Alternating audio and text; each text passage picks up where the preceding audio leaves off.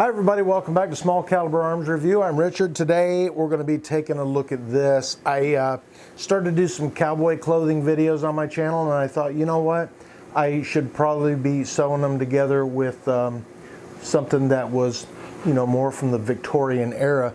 Now this isn't quite the Old West era. This is a 1917 Singer Model 66, what they call the Red Eye because of the designs on here. Now Singer didn't officially name any of the machines like that, like the Sphinx or the Memphis or the Red Eye, but that's kind of the name that they've earned over the years based on the decals. It is a Model 66. It's a purely mechanical machine, although a motor could be fitted to this. And many of them have been, and who knows, in the future I may put a motor on there just to make it a little easier, even though it won't be quite period correct. It comes in a oak cabinet and is a very nice finish on this cabinet. Now this is back in the days when there was some veneers. These boards on the top here, even the lid may look like a solid board, but it is actually a veneer made up of a bunch of smaller pieces with the nice oak veneer on the top of it. A treadle machine.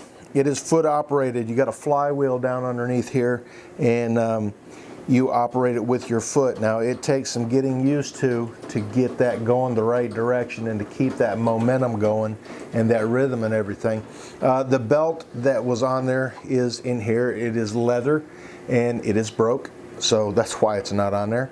The tire that goes on the bobbin winder was also on there, but it is hardened and crumbled and broke apart. This thing is going to need some oiling on it. It's got a little bit of drag to it when you turn the wheel. I don't think there's any timing issues with it. Could be 100 years worth of lint built up in some different places in there. The bearings, I'm sure, are completely dry because nobody's oiled it since probably, if I were to guess, I would say 60s, maybe 70s. It was kept inside a guy's house I got it from. I'm only the second family that this thing has been in possession of this machine.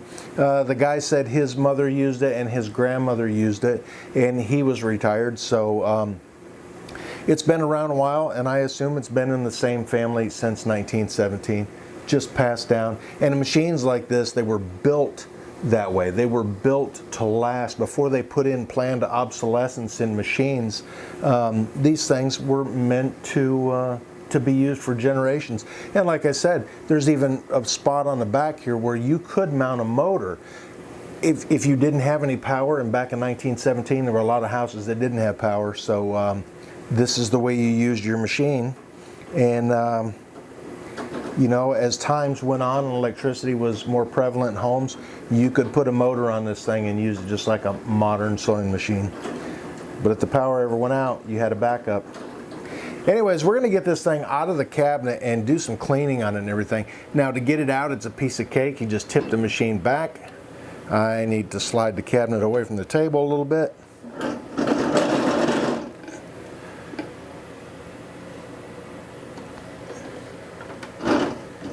There we go. And there's two screws underneath here there's two set screws that go into the hinges right there. And all you got to do is get your screwdriver in there.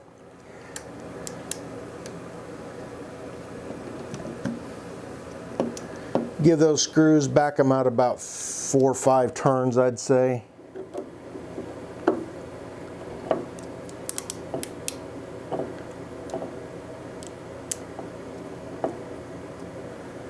You do not have to take them all the way out, and you probably don't want to do that anyways. It makes it a little bit harder to get them back in. And then you just pull the machine off those 2 pins. Weighs probably, I don't know, 30 pounds or so. But it's cast iron. It was made out of materials that will last forever, pretty much. Let's get it up on the table and get a closer look at it. Now, some of these machines were actually made where they could be taken out of a cabinet and put on a table to be used. They had feet that come off of them. This is not one of those machines. It's going to be sitting on its parts that need to be moving. So we can't do much with it here. I can turn it a little bit, but some of these parts are they're going to meet resistance with the table there. But if we tip it up and look underneath the bottom of it, you can see there's a couple different shafts in here, and they all do different things. See if I can get the bobbin case right here winding back and forth. Now this is a cylinder type bobbin, cylinder hook, so it will it's just the way the bobbin, the upper and the lower threads get twisted together. A couple different shafts in here and everything that keep everything moving. There's a shaft that runs through the top here and one that runs down here to rock the things around in there. Spin it around to the other side, there is a little inspection port on the back of it here. We're going to go ahead and take that cover all the way off and see if we can look inside there and see what's going on. All right, see if I can get you a little close-up look of what's going on inside here. Like I said, there's a lot of workings in there. There's some places that need some oil. Some of it I was able to drip a little oil through some of these holes on the top, which delivers oil right down to some of the moving parts on there. Some of them probably need a little more attention. I need to get a little oil back in there on that shaft.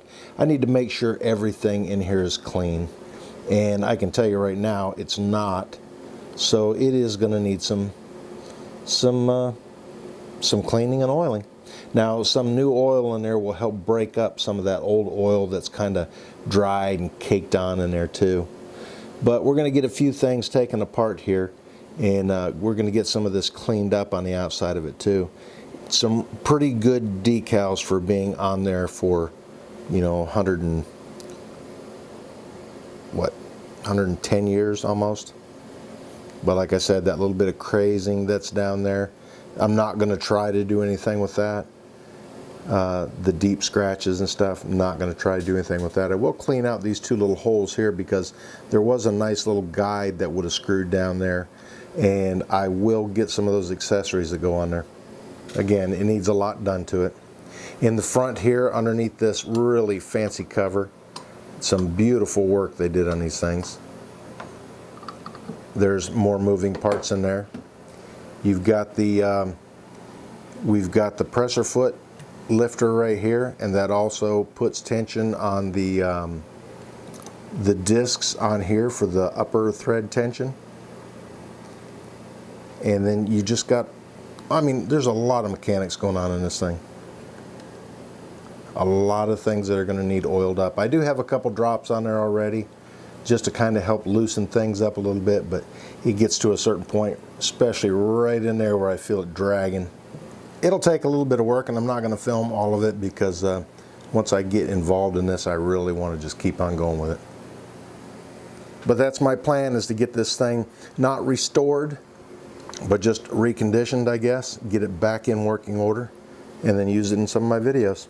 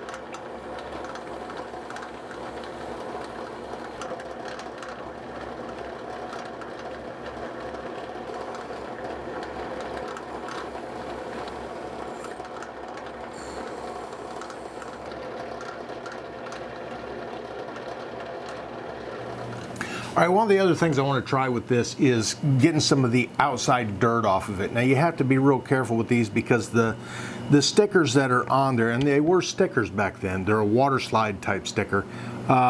This one's got a big scratch on the back side of it I didn't notice before. But anyways, to clean these, they recommend cleaning only with Singer sewing machine oil or a little bit of Gojo. Now, you do not need to rub, and the Gojo, you have to get the stuff without the pumice in it because it's abrasive and it will mess up the finish.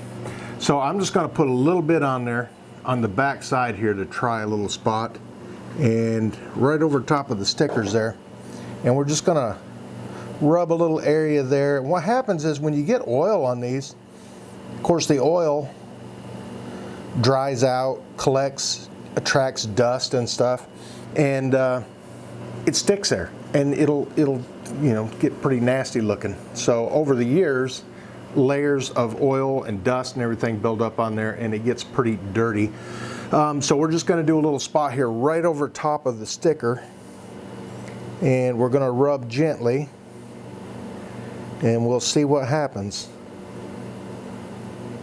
I am getting some dirt off of there, and I am just barely running this across there.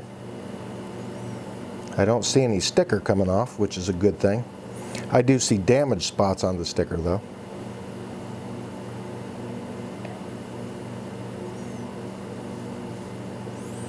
Yeah, there's some dirt on there.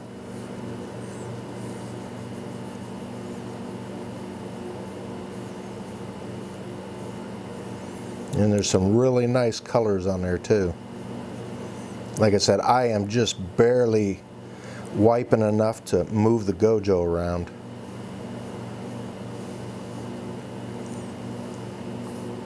On the painted area, I can rub a little bit harder.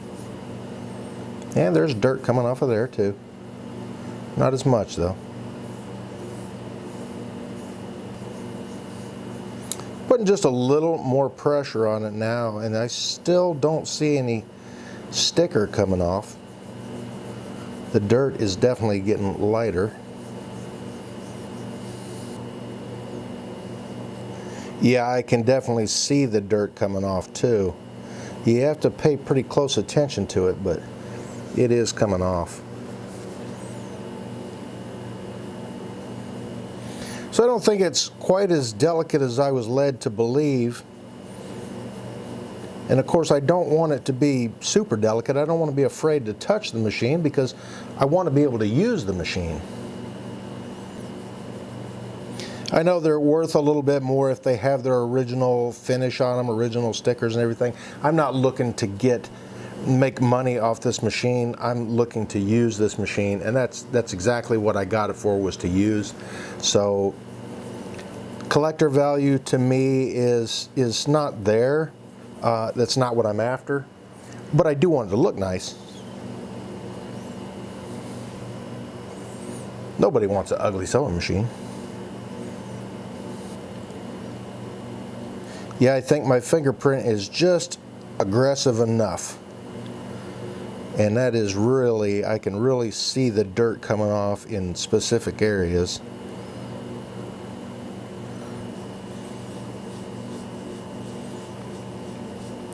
They always say to test cleaners in an inconspicuous area, just in case it does mess with the finish. And this is the back side of the machine, so it's inconspicuous. And I am trying a little more aggressive than I was starting out. And really, it's looking like it's holding up just fine. Okay, I'm going to try a little spot right here at the top, and I got the little camera zoomed in on it really good. And I'm going to just put a little bit right on the top of this. Is the belt guard piece.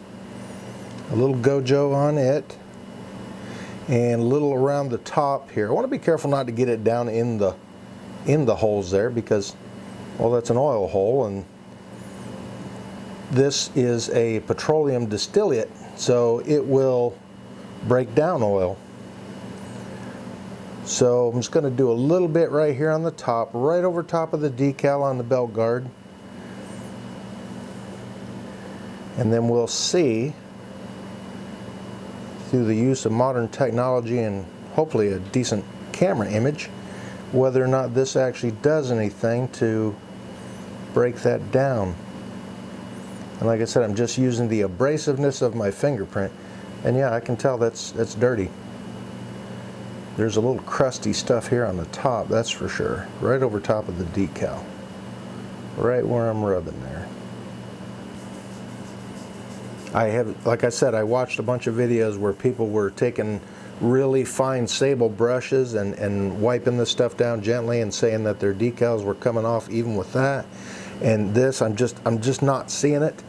Doesn't mean that they're, I'm not saying they're lying or anything, but I just am not seeing it on here.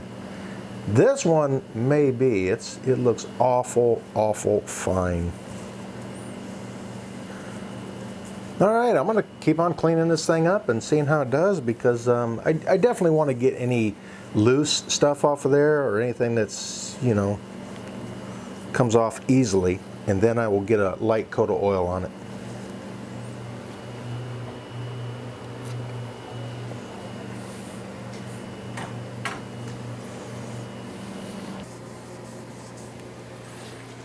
Now I did polish up the cover plate and the throat plate over the bobbin and stuff, and around the feed dogs.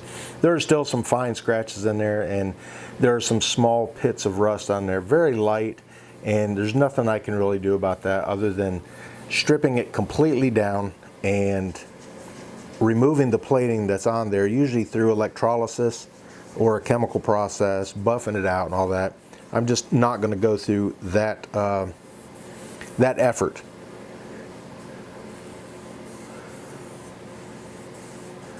All right, I would say it is pretty well cleaned up, and I've got all the Gojo off of there that I put on there. So some places are not the prettiest, but that faceplate sure come out nice. So now I'm going to get a little coat of oil on this thing.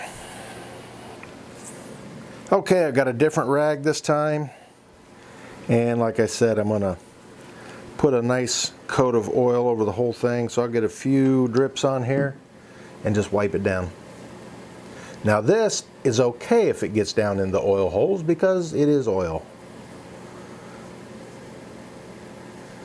Now I'm going to put it on sort of heavy and then wipe it down gently.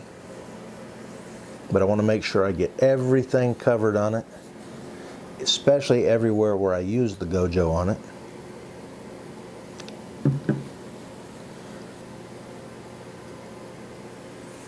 And the hand wheel definitely come out a lot better. It was almost kind of a yellow.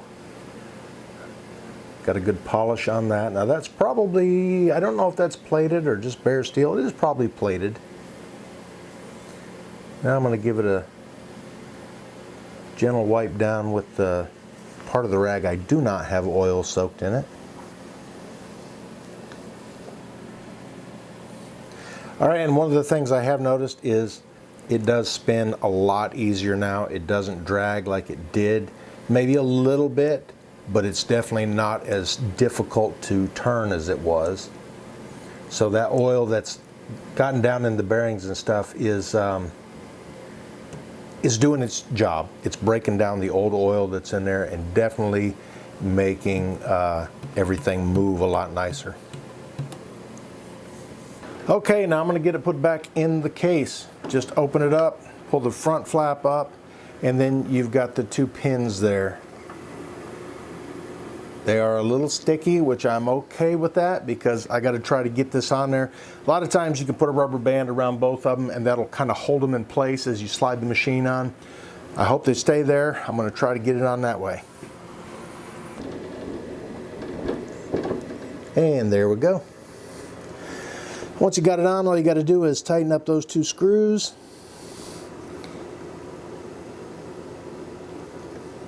You do not have to hammer down on these things. You'll see the machine twist a little bit when they're snug enough. Those two pins that stick up there have square notches, flat spots cut out on them, and those screws run up in there. So there she is, all oiled up and cleaned up. I cleaned up quite a bit of it. There's some parts I did not take off to refinish the knob there for the stitch length. I will take off the tension adjustment there and get that cleaned up, because that you definitely want it to be smooth. And like I said, it definitely turns a lot better than it did. There's still a little spot right there where it drags, but it doesn't take much effort to get it past that spot. And it just may need a little more oil to soak down in there and loosen those parts up. So I did some cleaning, and there used to be a spot where the wheel would drag a little bit. Now it spins great. All I got to do is get a belt for it. It will be here before long. I actually did a little bit of sewing with it, and it didn't do too bad. Tried different stitch lengths on it, and yeah, it's not terrible. Anyways, that's all I can do to it right now. I do have a couple belts on order for the treadle and the tire for the bobbin winder that goes on the little wheel there. So once I get those in there, that'll be another video where we'll actually take the machine and test it out. Anyways, thanks for watching my restoration, I guess, of a 1917 Singer Model 66 Red Eye. Thanks for watching.